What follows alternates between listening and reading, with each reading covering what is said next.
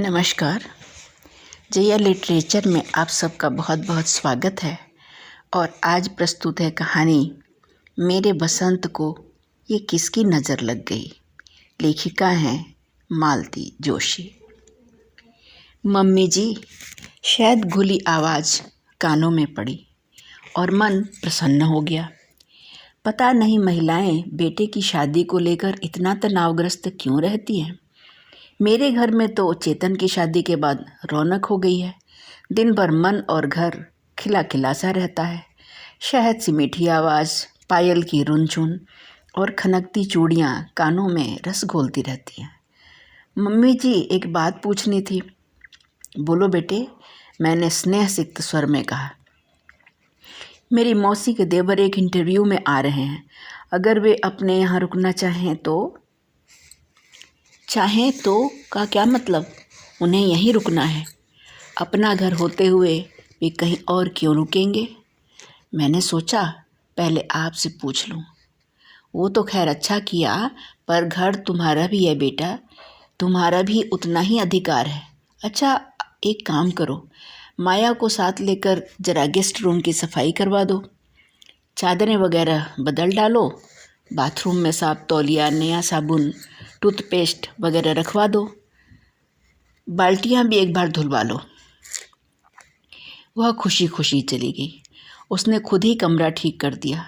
माया के लिए सिर्फ झाड़ू पोछे का काम छोड़ दिया। शुचिता की यही आदत मुझे बहुत अच्छी लगती है। उसमें ज़रा भी आलस नहीं है। बड़े परिवार से आई है तो काम की आदत है। कहती भी है, अपने यहाँ तो काम जैसा कोई काम ही नहीं है। नाश्ते के समय चेतन ने कहा, माँ, शुचिता के कोई रिश्तेदार इंटरव्यू के लिए आ रहे हैं। मैंने कहा, नो प्रॉब्लम, बस एक बार माँ से पूछ लो। मन खुश हो गया।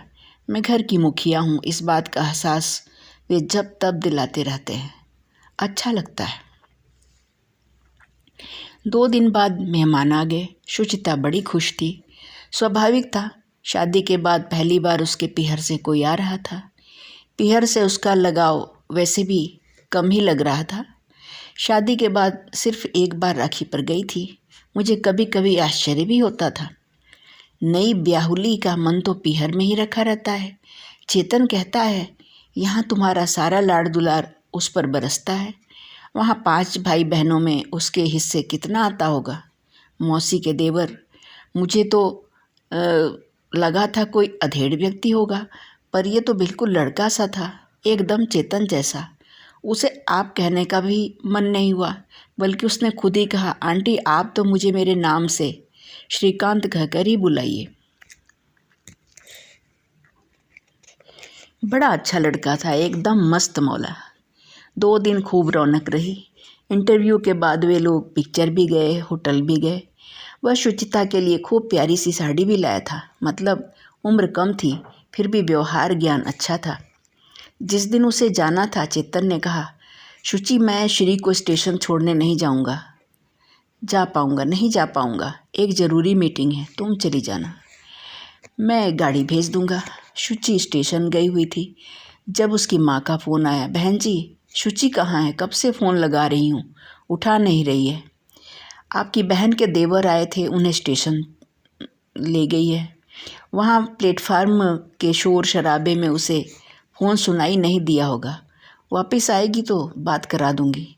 बहन के देवर कौन? श्रीकांत? ओह, उन्होंने जैसे एक उसास भरी। ठीक है, मैं बाद में बात कर लूँगी, और फ़ोन रख दिया। अच्छा नहीं लगा।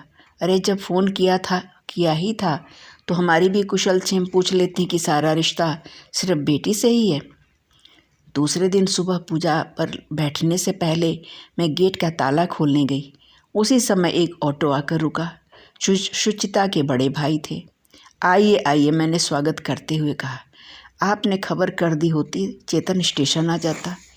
एकदम ही प्रोग्राम बन गया। इंदौर में एक मीटिंग में जाना था, सोचा मिलते हुए निकल जाऊंगा। स्वाभाविक ही था, उसी शहर में आकर बिना मिले कैसे लौट जाते। मैं उन्हें सीधे गेस्ट रूम में ले गई। आप फ्रेश हो लीजिए, तब तक मैं चाय बनाती हूँ। बच्चे तो देर में नीचे उतरेंगे। 1 कप चाय बनने में देर ही कितनी लगती है। चाय छानकर मैं इंतज़ार करती रही। बड़ा असमंजस था। मुझे पूजा पर बैठना था, पर उनका इंतज़ार भी ज़रूरी था। हो सकता है नहा धोकर ही बाहर आएँ। उन्हें तुरंत निकलना भी तो था। मैंने सोचा, भगवान कहाँ भागे जा रहे हैं, मेहमानों का स्वागत ज़्यादा ज़रूरी है। मैंने तुरंत कढ़ाई चढ़ा दी और फटाफट हलवा सेंक लिया। अपने भाई के लिए वही नाश्ता बनाए। यह अच्छा थोड़े ही लगता है। हलवे के बाद मैं नमकीन पूड़ियाँ उतारने की सोच ही रही थी कि सुचिता नीचे आ गई। मैंने कहा, बेटा तुम्हारे भाई साहब आए हैं, अपनी चाय बाद में बनाना, पहले उन्हें चाय दे आओ और चेतन से कहना जल्दी तैयार होकर आ जाए, वे शायद तुरंत ही निकलने वाले हैं। मेरी बात पूरी होने से पहले ही वो गेस्ट रूम में चली गई। चाय वहीं छूट गई थी। मैंने सोचा, मैं ही दे आती हूँ, क्या फ़र्क पड़ता है। दरवाज़ा बंद था। भीतर से सुचिता की तल्ख आवाज़ आ रही थी, ये मेरा घर है, यहाँ कौन आएगा यह मैं तय करूँगी। यहाँ आपकी तानाशाही नहीं चलेगी। चुपचाप वहाँ से लौट आई। विश्वास ही नहीं हुआ कि यह सुचिता की आवाज़ है। फिर किचन उसके भरोसे छोड़कर मैं पूजा करने चली गई। बाहर की आवाज़ें कानों से टकराती रहीं। कुछ देर बाद चेतन नीचे आया। तीनों ने नाश्ता किया। फिर उसके भाई ने पूजा घर के दरवाजे पर खड़े होकर कहा, माताजी प्रणाम करता हूँ, मैं निकल रहा हूँ। अच्छा बेटा, अगली बार आओ तो बहू रानी को भी साथ लाना। माँ, मैं भाई साहब के साथ ही निकल रहा हूँ, उन्हें टैक्सी में बिठाकर ऑफिस निकल जाऊँगा, चेतन ने कहा। उसके बाद ही मेरा पूजा में मन लग सका। 1-1.5 घंटे बाद जब मैं बाहर आई, देखा सुचिता पत्थर की मूर्ति सी डाइनिंग चेयर पर बैठी है। उसका चेहरा अजीब सा हो रहा था। उसी अजीब सी आवाज़ में उसने मुझसे कहा, आपने चुगली की थी? हे भगवान, इस उम्र में यह भी सुनना था। श्री के आने की बात आगरा कैसे पहुंची? उसने कठोर स्वर में पूछा। जैसे मुझे क्रॉस एग्जामिन कर रही हो। तुम्हें बताया नहीं था कि कल तुम्हारी माँ का फ़ोन आया था? तुम मोबाइल नहीं उठा रही थी, इसलिए उन्होंने लैंडलाइन पे किया था। उन्होंने पूछा तो मैंने बताया कि मेहमान को छोड़ने स्टेशन गई है। उन्होंने नाम पूछा तो मैंने बता दिया। इसमें चुगली कैसे हो गई? अनजाने ही मेरी आवाज़ भी थोड़ी सख्त हो आई। सॉरी, उसने कहा और कमरे में चली गई। बाद में फुर्सत से बैठकर मैं इस बात के कार्य कारण भाव पर विचार करती रही। श्रीकांत का नाम सुनते ही उसकी माँ का यूं अचानक चुप हो जाना, उसके भाई का तुरंत फुरत यहाँ चले आना, सुचिता का भाई से बदतमीजी से पेश आना और अंत में मुझ पर ये चुगली का आरोप। यह सब क्या है? कौन है यह श्रीकांत? उसके यहाँ आने से ये लोग खफा क्यों हैं? मन हुआ चेतन से अकेले में बात करूं, पर शाम को रोज़ की तरह घूमते हुए वे वैसे ही खुश नज़र आ रहे थे। उनकी खुशी में खलल डालने का मन नहीं हुआ। हो सकता है मैं ही ज़्यादा सेंसिटिव हो गई हूँ।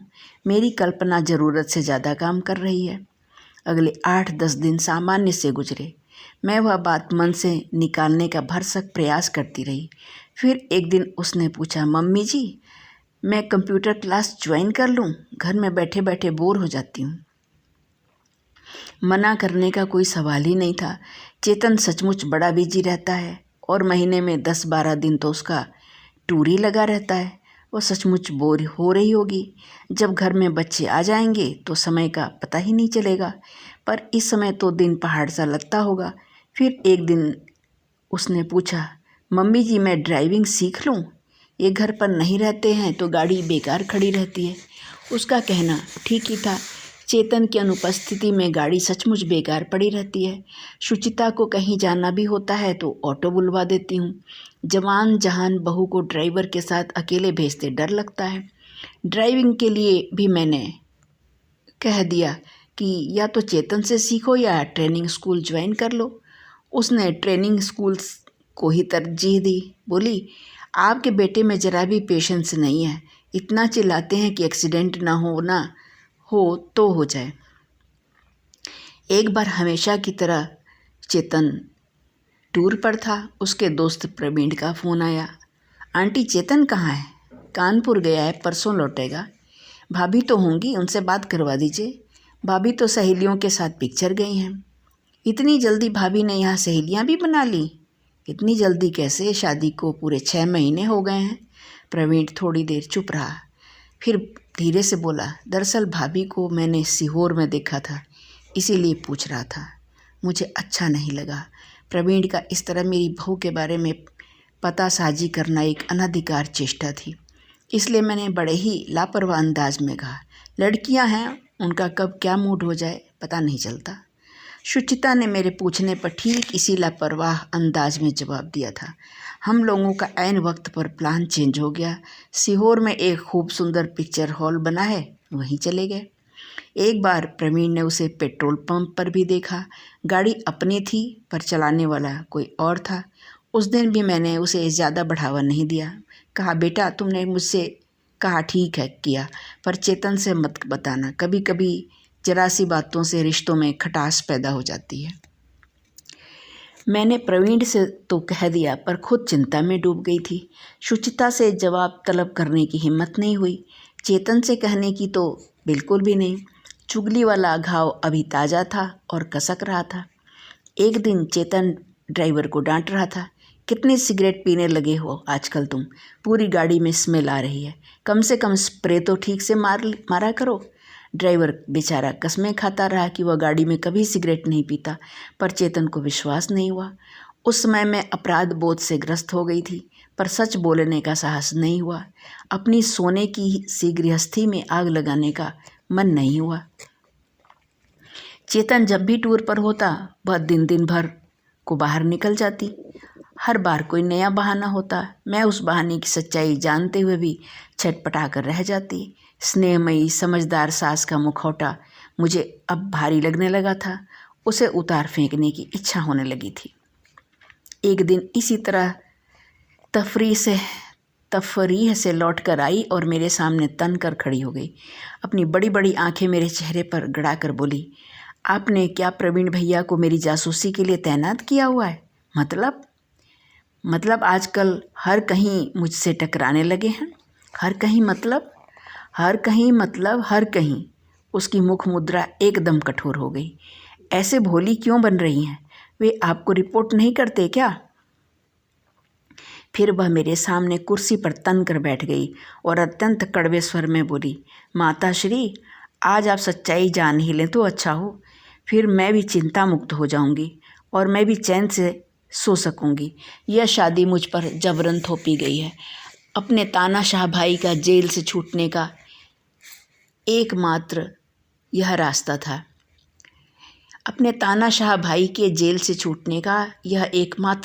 था। इसीलिए मैंने शादी के लिए हामी भर दी थी। अब मैं उन लोगों को इस ज़बरदस्ती का मज़ा चखाना चाहती हूँ। उन लोगों को क्या फ़र्क पड़ेगा? वे तो अपने कर्तव्य से निवृत्त हो चुके हैं। सज़ा तो हम लोगों को, मेरे मासूम निरपराध बेटे को मिल रही है। मैं मजबूर हूँ, पर मैं श्रीकांत को किसी हालत में छोड़ नहीं सकती। और हाँ, एक बात और कान खोलकर सुन लीजिए, अगर यह बात चेतन तक पहुँची तो मैं सुसाइड कर लूँगी और आप दोनों को दहेज प्रताड़ना के आरोप में फंसा दूँगी। यह बात कहते हुए उसकी मुख मुद्रा इतनी विकृत हो गई थी जैसे उसका लावण्य ही किसी ने सूख लिया हो। मैं बुरी तरह सहम गई थी। मेरी छुई मुई सी सुशील शालीन बहू कहाँ तिरोहित हो गई, कुछ समझ में नहीं आ रहा था। उसने धमकी दी थी और उस पर अमल भी कर सकती थी। अखबार में रोज ही तो इस तरह की खबरें आती हैं। बेकसूर लोग नाहक कानूनी शिकंजे में फंस जाते हैं। इस उम्र में अब थाना कचहरी करने की इच्छा नहीं थी। जीवन भर की प्रतिष्ठा एक क्षण में धूल में मिल सकती थी। वैसे मुझे अपनी चिंता इतनी नहीं थी, पर बेटे का पूरा करियर ही दांव पर लग जाता, जिंदगी तबाह हो जाती। इस घटना के बाद वह और भी निर्द्वंद हो गई थी। उसे जैसे किसी का खौफ ही नहीं रहा था। पर मज़े की बात यह कि चेतन के साथ उसका व्यवहार पहले जैसा ही था। जब तक वह घर में होता, वह पहले की तरह झहकती रहती, खिलखिलाती रहती। उसकी हंसी मेरे कलेजे पर हथौड़े की तरह पड़ती। अपनी जूठी देह लेकर वह मेरे बेटे के पास जा रही है, इस कल्पना मात्र से मेरा तन बदन सुलग उठता, पर मैं कुछ नहीं कर पाती। उस दिन चेतन दिल्ली गया हुआ था। सुबह की फ्लाइट थी। 9 बजे सुचिता भी निकल गई। आजकल उसने कुछ पूछना या बताना छोड़ ही दिया था। मैं बरामदे में बैठकर माला फेर रही थी। माला क्या फेर रही थी, कबीर की पंक्तियाँ सार्थक कर रही थी। मनुआ तो चहुदिस फिरे, यह तो सुमिरन नाय। करीब 10 बजे एक कार टैक्सी दरवाजे पर आकर रुकी। उसमें से चेतन उतरा, चेहरा बेहद थका थका सा, रंग उड़ा हुआ। क्या हुआ बेटा, तबीयत तो ठीक है? कोहरे के कारण प्लेन उतरा ही नहीं। तो तुम क्यों टेंशन ले रहे हो? इसमें तुम्हारी गलती थोड़े ही है। उसने कोई जवाब नहीं दिया। सफ़र वाला बैग वहीं रखकर पास वाली कुर्सी पर बैठ गया और अपना सिर दोनों हाथों में थाम लिया। सिर भारी हो गया है ना, सुबह सुबह ठंडी हवा लगी होगी, बेकार में आना जाना हो गया। थोड़ा लेट लोगे तो अच्छा लगेगा। मैं अदरक की चाय बना देती हूँ या बाम मल देती हूँ। ये सब काम तो तुम्हारी बहू को करना चाहिए, उसे आवाज़ दो। मुझे काटो तो खून नहीं। तभी गेट के बाहर गाड़ी रुकने की आवाज़ आई और मैंने राहत की सांस ली। मैं लपक कर दरवाजे पर गई। देखा शुचिता नहीं, प्रवीण गेट खोलकर भीतर आ रहा था। चेतन आ गया? उसने सीढ़ियाँ चढ़ते हुए पूछा। हाँ आ गया हूँ, चेतन ने जवाब दिया। वह कुर्सी से उठ आया था। बोला, माँ से अपनी पत्नी के बारे में पूछ रहा हूँ, पर वे बता नहीं पा रही हैं। अब तुम ही बता दो कि उनकी लाडली बहू इस समय कहाँ है। मैंने सिर नीचा कर लिया। प्रवीण बोला, आंटी को बताने से क्या फ़ायदा, वे हमेशा की तरह पर्दा डाल देंगी। क्यों माँ, ऐसा क्यों किया तुमने? चेतन की आवाज़ काँप रही थी। मुझसे ज़्यादा प्यारी है बहू आपको? उसने मुझे धमकी दी थी रे। कैसी धमकी? यही कि अगर यह बात मैंने तुम्हें बताई तो वह आत्महत्या कर लेगी और हम दोनों को दहेज हत्या में फंसा देगी। उसने धमकी दी और तुम डर गई? डरना पड़ता है बेटा, समाज से, कानून से, बदनामी से डरना ही पड़ता है। मुझे अपनी फ़िक्र नहीं थी। मैं अपनी ज़िंदगी, बची खुची ज़िंदगी सीखचों में गुजार लेती, पर मुझे तुम्हारी चिंता थी। बेटा तुम्हारा तो करियर चौपट हो जाता। कोर्ट जब तक हमें बाइज्जत बरी करता, हम लोग तबाह हो गए होते। चेतन, ये बातें बाद में भी होती रहेंगी। गेट रेडी, वे लोग बाहर वेट कर रहे हैं। कौन लोग? मेरे कुछ दोस्त हैं। हमें कुछ गवाह भी तो चाहिए ना। किस लिए? आज जानती आंटी क्या हुआ? उसने मेरे प्रश्न को नज़रअंदाज करते हुए कहा। शहर के बाहर हाईवे पर एक रेनबो नामक होटल है, जानती हैं? वहाँ आज हमारी बोर्ड मीटिंग थी। गाड़ियाँ मेहमानों को लेने एयरपोर्ट गई हुई थी और मैं होटल में सारी व्यवस्था देख रहा था। सारे काम निपटाकर मैं लॉबी में बैठा मेहमानों की प्रतीक्षा कर रहा था। प्रतीक्षा जरा लंबी हो गई थी क्योंकि फ़्लाइट लेट हो रही थी। तभी मैंने भाभी को देखा। अभ्यस्त कदमों से वे काउंटर पर आईं। क्लर्क ने परिचित मुस्कान के साथ उन्हें चाबियां सौंपी और वे ऊपर चली गईं। मैं समझ गया कि चेतन बाहर गया होगा, दिल्ली जाने की कह भी रहा था। तभी खबर आई कि कोहरे के कारण विमान आज उतरा ही नहीं, ओवर फ्लाई कर गया। मीटिंग कैंसिल हो गई। मेंबर्स के लिए कमरे रिजर्व किए हुए थे। बुकिंग कैंसिल करने के लिए मैं काउंटर पर गया। मैंने रजिस्टर पर नज़र दौड़ाई। एस श्रीकांत के नाम से कमरा बुक था। भले आदमी ने नाम छुपाने की भी ज़रूरत नहीं समझी। So confident. मैंने तुरंत चेतन को फ़ोन लगाया, जैसा कि मेरा अंदाज़ था। फ़्लाइट कैंसिल होने के कारण वह घर लौट रहा था। मैंने संक्षेप में उसे सब कुछ बता दिया। एक न एक दिन तो उसे पता चलना ही था। Sooner the better. चलो, पीछे से चेतन ने आवाज़ दी। जब तक मैं कुछ पूछती वे दोनों सीढ़ियाँ उतर चुके थे। मैं कहना चाह रही थी कि कुछ उल्टा सीधा मत कर बैठना, पर मौका ही नहीं मिला। मैं सीढ़ियाँ उतरती तब तक वे गेट पर पहुँच चुके थे और अगले ही क्षण गाड़ी धूल उड़ाती आंखों से ओझल हो गई थी। उसके बाद जो धमाका हुआ वह अवर्णनीय ही था। चेतन, प्रवीण और उसके कुछ वर्दीधारी साथियों ने होटल पर धावा बोला था। कमरा नंबर 402 ज़बरदस्ती खुलवाया गया। दोनों पहले तो सकपका गए, पर बाद में सुचिता ने बड़ी दिलेरी से काम लिया। साफ कह दिया कि शादी उसकी मर्जी के खिलाफ हुई है और अब वह तलाक चाहती है। उसकी दिलेरी से श्रीकांत की भी प्राण रक्षा हो गई। सुचिता बालिग थी और अपनी मर्जी से वहाँ पहुँची थी। प्रथम दृष्टिया कोई अपराध नहीं बनता था। इसके बाद क्या हुआ, उन दोनों को कहाँ रखा गया, यह सब किसी ने मुझे बताया ही नहीं, न ही मैंने पूछने की ज़रूरत समझी। वह अध्याय मेरे लिए एक तरह से समाप्त ही हो गया था। उसके घर वालों को खबर तो करनी ही थी। माँ बेटे दोनों तीर की तरह दौड़े आए। माँ जार जार रो रही थी और भाई गरज रहा था। कहाँ है वह कलमुही? मेरे सामने लाइए जरा, अभी उसकी गर्दन मरोड़ कर आपके हाथ में देता हूँ। मैंने कहा, भैया हमारे लिए तो वह वैसे ही मरे के समान है, आप क्यों हत्या मोल लेते हो? वह बदमाश कहाँ है बताइए, मैं अभी उसको गोली मार दूंगा। तब तक शोर सुनकर चेतन नीचे उतर आया था। थके हुए स्वर में बोला, भाई साहब जब तक तलाक नहीं हो जाता शुचिता मेरी जिम्मेदारी है, उसकी हिफाजत मेरा फ़र्ज़ है, इसलिए ये फितूर दिल से निकाल दीजिए। रही श्रीकांत की बात, तो उसने पहले ही अर्जी दे रखी है कि उसकी जान को आप लोगों से खतरा है, उसे सुरक्षा प्रदान की जाए। ऐसे धोखेबाज आदमी को भी सरकार सुरक्षा प्रदान करती है। कमाल है, आप जैसे देवता स्वरूप लोगों के साथ उसने धोखा उसने नहीं आपने किया है हमारे साथ। इतना बड़ा झूठ हमारे गले मढ़ दिया। अब मेरा अभागा बेटा जिंदगी भर इस अभिशाप को ढोता रहेगा। मेरी बात से उनका गर्जन तर्जन थम गया और थोड़ी देर बाद वे लोग लुटे पिटे से चले गए। मैंने राहत की सांस ली। प्रवीण से शायद उनका गेट पर ही सामना हो गया था, क्योंकि आते ही बोला, ये भाभी के भाई साहब थे ना, शादी में देखा था। यहाँ किस लिए आए थे? बेटी का स्यापा करने। तभी न चेहरे इतने उतरे हुए थे। आंटी वी आर लकी कि आज बाजी अपने हाथ में है, नहीं तो इनके तेवर दूसरे होते। हमारे लक के क्या कहने। वाह, सच कह रहा हूँ आंटी, हम लोगों को बहुत सस्ते में छुटकारा मिल गया। वी आर रियली लकी, नहीं तो ये तलाक के मुकदमे खून निचोड़ लेते हैं। उसने चेतन की पीठ पर धौल जमाते हुए कहा, चीयर अप माय बॉय, जो हुआ उसे भूल जाओ, जो नहीं हुआ उसके लिए ईश्वर को धन्यवाद दो। कुछ भी हो सकता था।